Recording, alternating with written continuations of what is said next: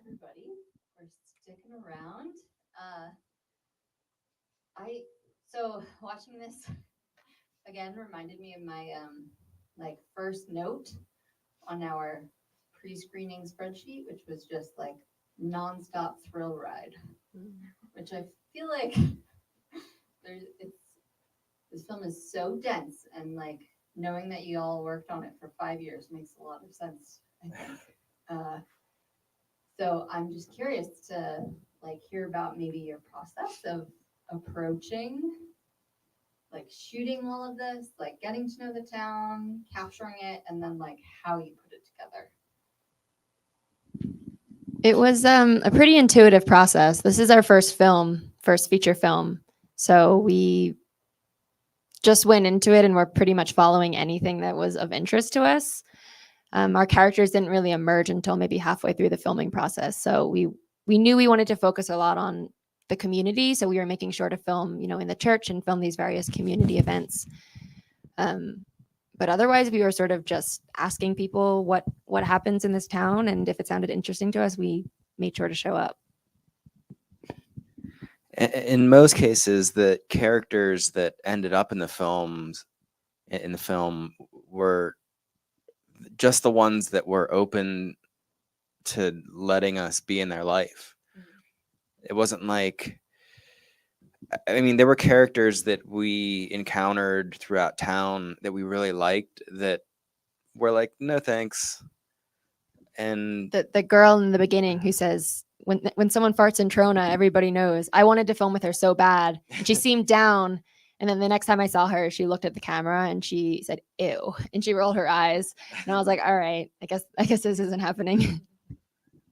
But the May family, they were just so open to us filming every little tiny aspect of their life.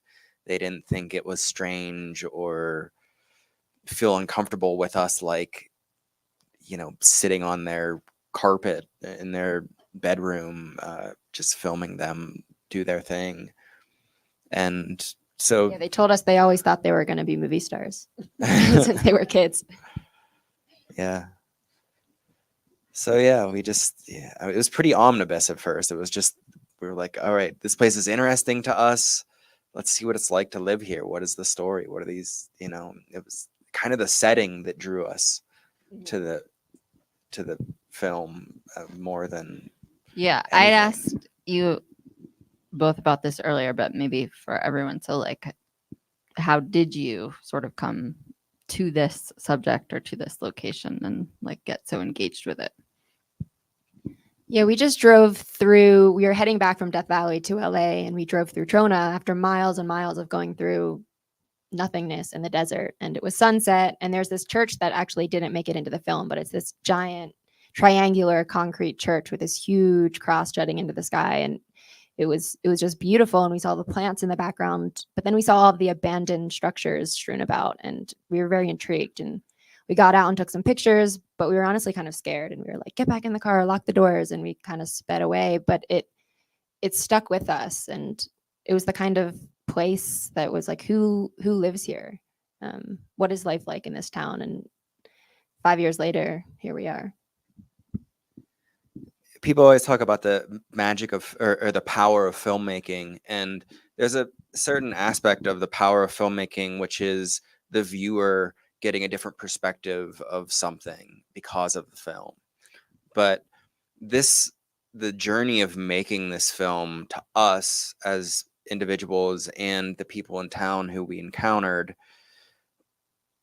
seemed like the real power of filmmaking, where just because we were making this film about this town that, who knows what it was going to be or whatever, we encountered all of these beautiful people who we initially, when we passed through their town, were afraid of because there were abandoned homes and we didn't know who was in the homes that weren't abandoned. And so through the process of making this, we realized that this was just a community of very loving individuals that welcomed us into their homes for the most part. And it was a really beautiful life experience for us and ideally many of the people involved. Yeah, I think so. We have a fair amount of like former mining boom towns around here. So, I mean, I think that's very relatable. Like you go, you drive through these places, and I think, like you were saying earlier, like we're sort of taught by mass media or movies, like when we see these sorts of images of like these falling down structures, to be like wary of them, right? Or like to think about our own, like what we've done, like what we've built and then just like left to crumble. Yeah, and what's hiding in there. Yeah. So I feel like that is, I mean, to this region especially, I think that's like sort of uncomfortably relatable, maybe. But maybe we can open it up and see if folks out there have questions about the film or your process. Yeah, go ahead.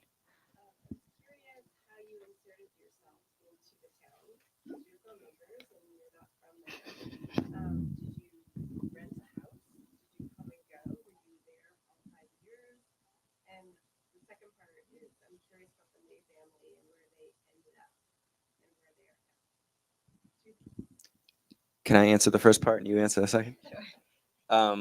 We initially did want to live in town and in fact found a house that someone was going to rent us. And for whatever reason, it just didn't come to fruition. We just went there and went into public places. Like the library was the very first place that we went, I believe, right? And we met John, who didn't make it into the film, but John, I mean, there were so many characters that we filmed with, spent hours, weeks with that didn't make it into the film. We met this character named John, though, and he wasn't from Trona.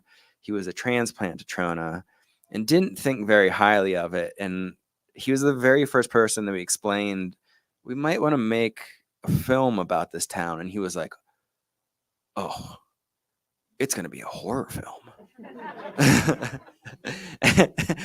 And but Mary, the older lady in the film, she came to be like our surrogate West Coast grandma because we're both from the East Coast. And the second time we met her was at the Elks Lodge, which is like a club bar. I'm sure that they have some around here as well. It was the only bar in town. And the very second time that we encountered her, she gave us the keys to her house. And so we stayed in her house. We slept in the bed that her husband died in. And but she was just like, she was the sweetest and most welcoming. And having her in our corner was a definite game changer as well, because everyone knew her and loved her. And if we were okay by her, then we were, yeah. Yeah, and we initially went for several weeks without filming. So, we didn't show up with cameras. We went and just went to the Elks Lodge, went to the churches and got to know people. And trust was built slowly that way, I guess. The Mays are in Lake Isabella, which is sort of near Kernville at the base of the Sequoias. So they're living in a house there, and employment is still on and off for them. You might have seen their son Justin passed away. Yeah, so Amelia's son. It's not James's son, but yeah, he passed away in 2020 from a fentanyl overdose in Lake Isabella. Yeah. The kids actually don't really do drugs in Trona. There's a drug problem. There is like a meth problem in Trona among the adults, but I think maybe because of that modeling, the kids are all pretty good kids. But apparently in Lake Isabella, they're like kids overdosing in the high school hallways often there. It's really bad. It's really sad. Other questions out there? Yeah, in the back. I was kind of curious. You said you went there every weekend. Was it every weekend for all those years, or did you how did you know when to go because you were filming? It seemed like there were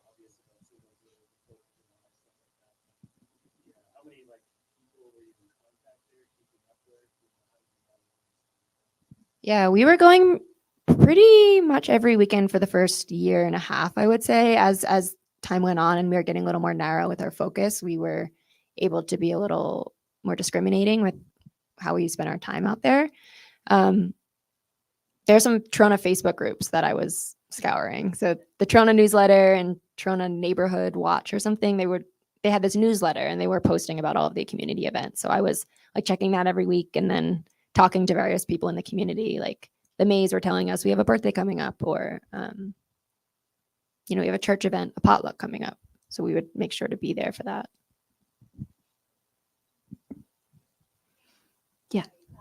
My husband and I are from Maine, and we just happened about 5-6 days ago. We went through Trona. Mm. We just needed gasoline. We were on our way to Death Valley, and we were like, "What the heck is this?" Now you know. We were looking. We saw the Shell gas station. It's like, well, that's closed, and that's closed, and yeah, Family Dollar's closed, and this church, and so we ended up in we found a store. TIS, the industrial store. Yeah, we went in, and I remember there was this girl. She was cleaning the floor, and she was so nice. She says hi, and she says a little bit hot out there, and I told her we were from Maine. And she's like, oh my gosh, and just the friendliest people, and. There were three, I think, girls that were working in there, and all of them were so nice and welcoming, and Just wanted to chat.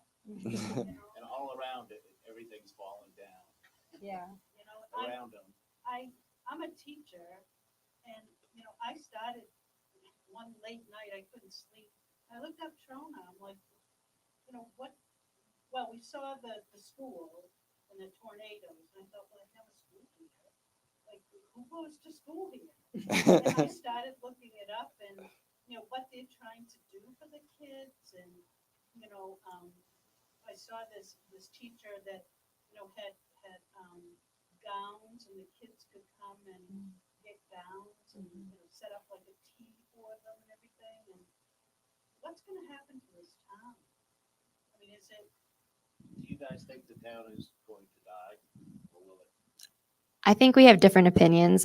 Nick can answer this, but he more adamantly believes that it's going to die. I think. I mean, if the plant closes, I don't see the town surviving. And this, I guess, lawsuit started after we finished filming, but there's like a water war going on in Trona right now, where Trona gets their water from a town called Inyokern, which is, I don't know, maybe 50 miles away through these rusty pipes. And Inyokern is trying to tax the plant like millions of dollars to get access to the water, and the plant can't really afford it. And so they're trying to push back on this and get out of having to pay the tax. But if they don't, then that could be, that could be bad for Trona. My opinion is, and this is just an opinion, and it's just mine, but there are certain places that aren't necessarily meant for people to inhabit. And, if this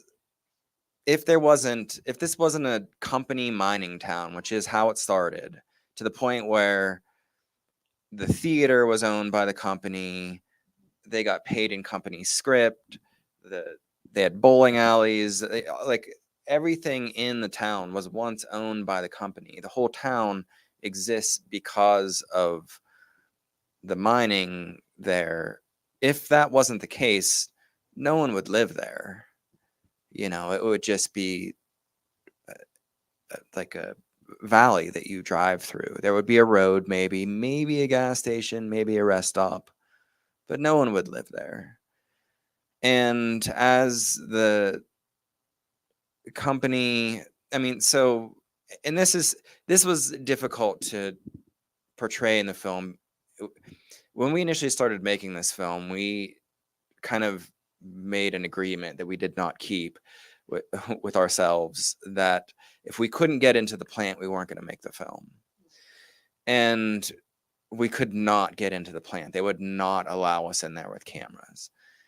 and we tried our damnedest. We met with like their PR guy, which is this old cowboy who lives in Trona, and but we couldn't get into the plant. But all the people were so welcoming and arresting that we just made it anyway.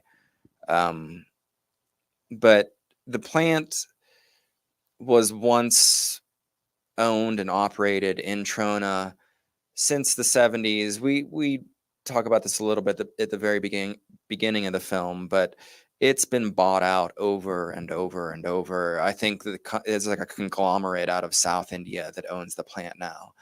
And at one point in time, the plant cared for the town, took care of the roads.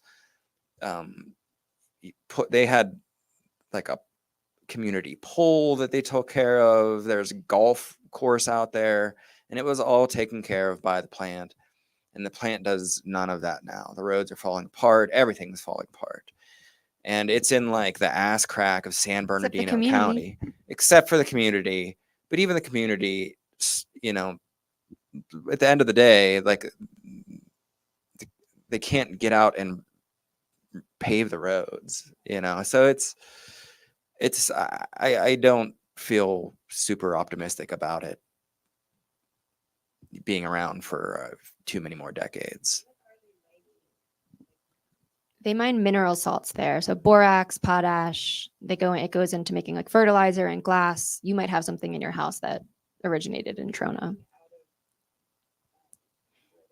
No, there's still a lot of natural resources there. It's just they just employ less people than they ever have because of automation.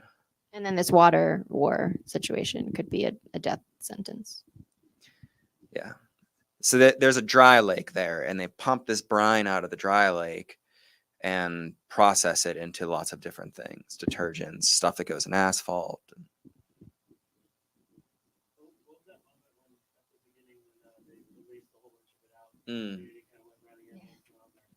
So yeah, that's called Gemorama. So once a week, or sorry, once a year, there's like a week-long festival that people from the public are invited to go out onto the lake, and they can hunt for various minerals. So that's what you saw in the beginning of the film. That was the only time we were able to get out on the lake as well. Yeah, Rochelle. Did you just happen to be there for the earthquake? So, Kind of. you want to tell them? Okay. So the earthquake happened. Well, there were several earthquakes. The first one was a 6.7, I think. 6.4, and it happened on the 4th of July. In one of the final scenes in the film, the fireworks scene, we were driving on our way out to film that, and got a call from Mary, and she said, "Hey, did you hear what happened in Trona?" We're like, "No, we're at Chipotle eating," and she was like, "There was a really big earthquake," and so we jumped back in the car and sped off to Trona and got there. And, you know, Trona kind of looks like an earthquake hit a long time ago. So it wasn't like that. There was a weird vibe there, but it wasn't that we didn't really know how to capture it. And Well, we were sleeping, and then in the middle of the night, there in was Mary's house. in Mary's house, and my sister came with us to Trona. It was the first time she'd ever been to Trona. She's not a filmmaker. She was scared of the place to begin with, and then there were threats of like big aftershocks. So in the middle of the night, there was a 5.4, and Trona was at the epicenter, and it was really powerful and scary. And we were just scared, especially my sister being in this place. There's no cell phone service in Trona, and we left very early that morning. Well, you missed the part about the earthquake. We experienced. No, we didn't. I didn't get there yet. Oh. And then we ended up getting back to our house in LA, and Nick and I were sort of fighting about like, this is our film. Why did we leave Trona? You know, this is like the biggest moment. And then our house starts shaking, and we're like, oh. And then it was the 7.1, which was the big earthquake was happening in Trona. Yeah. So we just kept going out there in the following days. And there was a 5.4 in the middle of the night when we were with your sister. Did you say that, or did I miss that? Okay, missed that part. But yeah, and then so we drove back. It was like a week of driving back because we work day jobs too, And it was a week of driving back and forth from Los Angeles to Trona and like filming. I mean, the earthquake could have been an entire movie in itself. And yeah, at the end of the day, it was really difficult trying to figure out how to portray the earthquake and what it means to the community. And at that point in time, we kind of thought that we were done making the film. Like the 4th of July and the house demolitions were the last two things we had slated to film. So it was like, all right, what do we do with this now? Well, I feel like that's a good way to bring it back to the filmmaking, because that moment in the film, like, is one of those really sort of stylized points that you do throughout that I think are really like amazing and like really formally push this film in interesting directions. Thanks. And like like the editing and the music, like the editing were like these beautiful sort of like gestural, like the little girl making her dirt angel, like cutting to the cheerleaders, like jumping, or like the baptismal dunking, like to the basketball dunking. Like there are just these amazing moments, I think, throughout that like, are really stylized in a way that you don't often see in like mostly observational film like this. And I'm just wondering, like, I know that you were one of the editors, and I feel like that's something that really sticks out to me about the film, if you want to comment on it. Yeah, so we were talking a lot about the concept of compression and release, which is like a Frank Lloyd Wright idea, actually, when you go through a very low doorway and then you go into a big, expansive room, you get this wider feeling of release. And so we were talking about how to achieve that with our film. And a lot of our film is more patient, really requires you to have patience. And so we are trying to find a way to keep the pacing dynamic. So I think that's where a lot of the seed of that style came from. And it was also just an intuitive thing. I think just finding these moments that matched up and being like, whoa, that's really cool. And then finding other places that we could fit that in. And what about the music? So you were responsible for that, right? Mm-hmm. Yeah, the music was kind of happenstance to a certain degree. So I'm a musician, composer by day, and I was making an album of kind of like primitive guitar music, and Emma needed music to cut to, and I was like, what about this? And she ended up just using all of it for the most part. And I was like, all right, well, I guess that's what this album is now. It's the soundtrack to this movie. And it was absolutely fine by me because it worked out beautifully. And I worked with the cellist a little bit for like the main theme. And yeah, I don't know. It's just like one of those things that happened and fit perfectly and made all the sense in the world, but there's not much of like a story behind it. It just, Yeah, I cut everything to the music. I think there was maybe like one track that was actually scored to picture. And there are a lot of limitations to having such a small crew. Pretty much the two of us made the entire film. But I think some of the benefits are that we were involved in everything and we just really shared a brain on this project. And so what he was working on was like already in my consciousness, and it just melded together in a natural way. Do we want to take? Okay, Bentley. Was there a correlation between the choice of title and that No. yeah, I want to say yeah, but I mean, yeah, there's like there's something that like seethes out of that town. There's a vibe with it, just was in us at the time, and the music and all of that stuff. It just, like Emma said early on, a lot of the filmmaking process was very intuitive, and it's just kind of the way that things came together. That I wish I had a better way to put it into words. other than maybe we wanted the film to feel more like a poem than anything else. And we love songs. Yeah, and I mean, and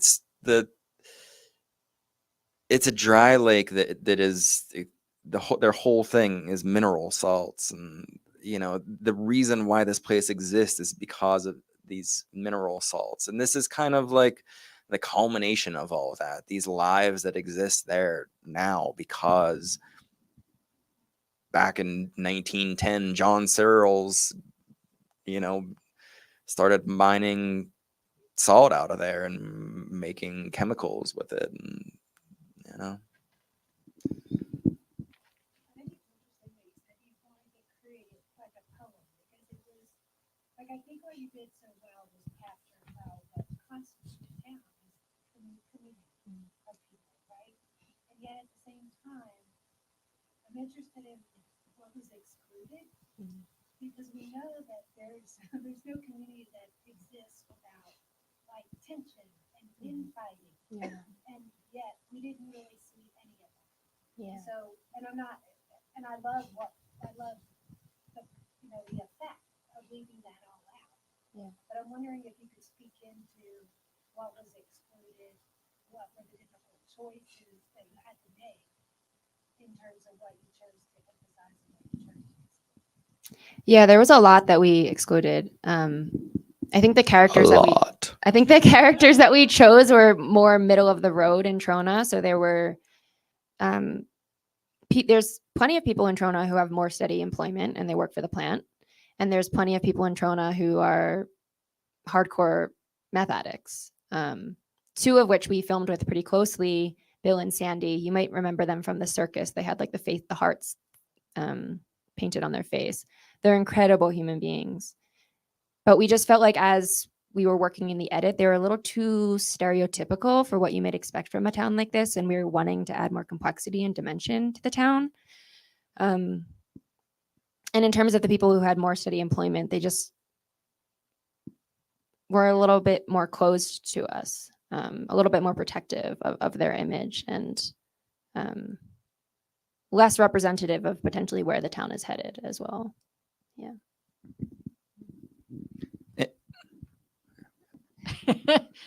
I think maybe one last question, Donald. When I grew up, I used to watch black and white TV, Lone Ranger and Sheriff Scotty and Denver, and the commercial on the TV was 40 or 20 mule teams. 20, yeah. And it was so idealized with these mules carrying sacks of I didn't know what across. This is probably where it really comes. It is. It is. The borax. I mean, I would imagine that borax came from a few different locations, many of which would have been from this region. But yeah, there's a museum in Trona that has really strange hours, but we did manage to get in there once or twice, and they have a display case of all of the products that have been manufactured with stuff from the dry lake in Trona. And 20 mule team borax. And they have mule days out further deeper into Death Valley where they bring 20 mules out there and they sort of reenact that. We never made it there. What struck me about that was growing up, everything was sort of idealized. You didn't idealize. It was raw. It was hard to watch, except for the love that you brought out between the people. And without that, I would have had a hard time staying with you. So that way. Thank you. Yeah, I mean, we kind of believe in the divine mundane, that there are lots of little moments that are beautiful and divine and holy, and they just happen before us and we don't recognize them, and that's fine. But, in a film, you can recognize them a little bit more. It's a good practice for us to, yeah. Okay, Emily. I also got paid off. Having a good night. You mentioned wanting to focus on kind of unexpected characters, and I really found that in Tiana. Tiara. Tiara. Tiara, that she was a safely out and accepted queer woman who was president of her high school.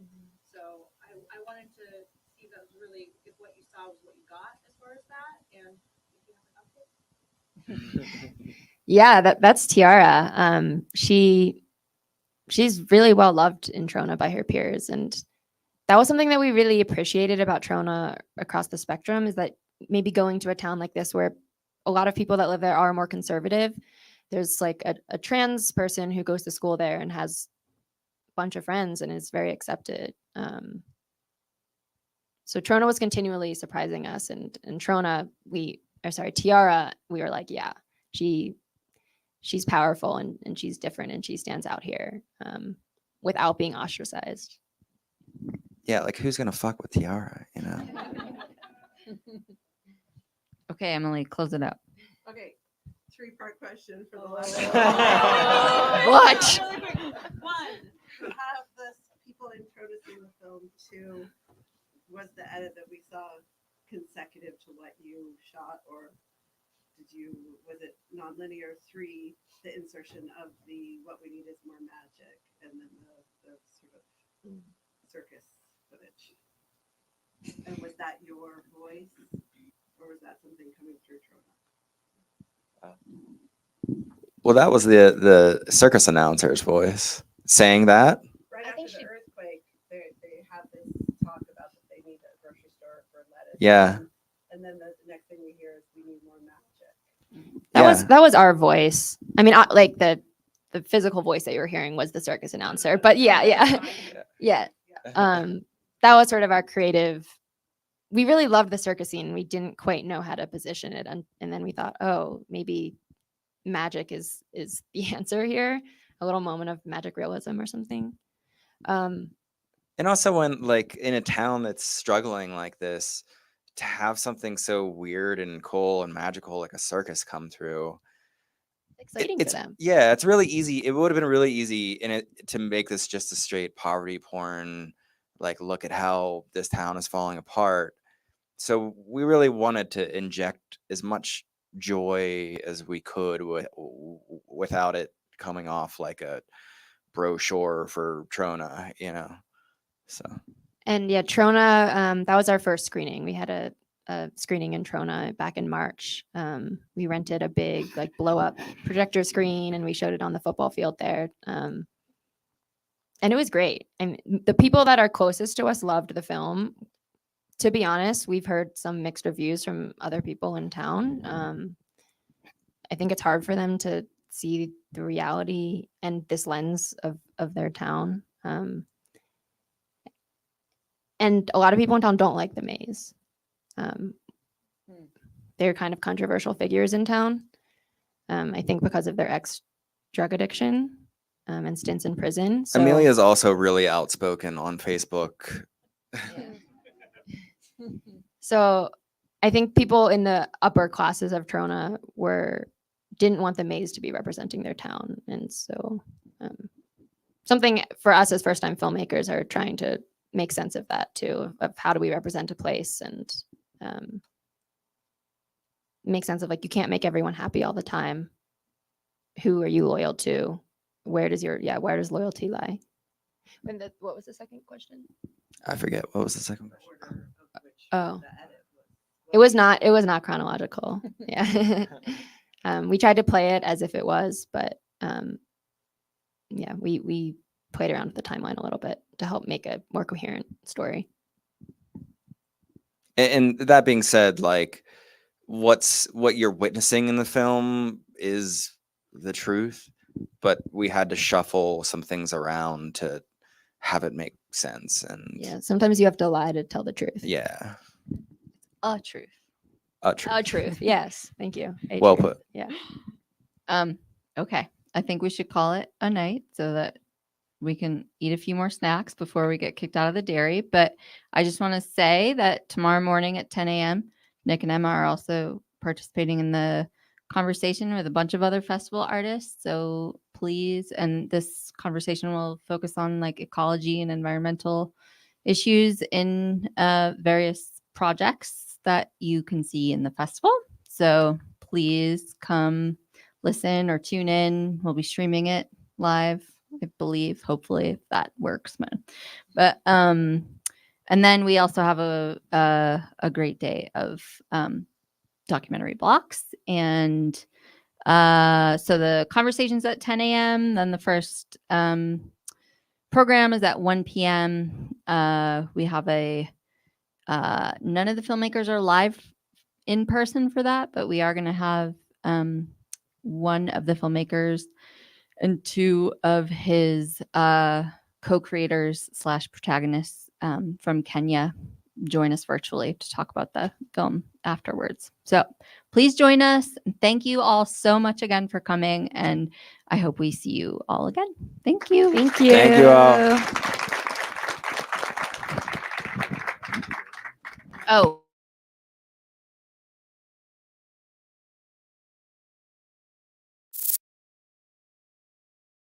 Thank you.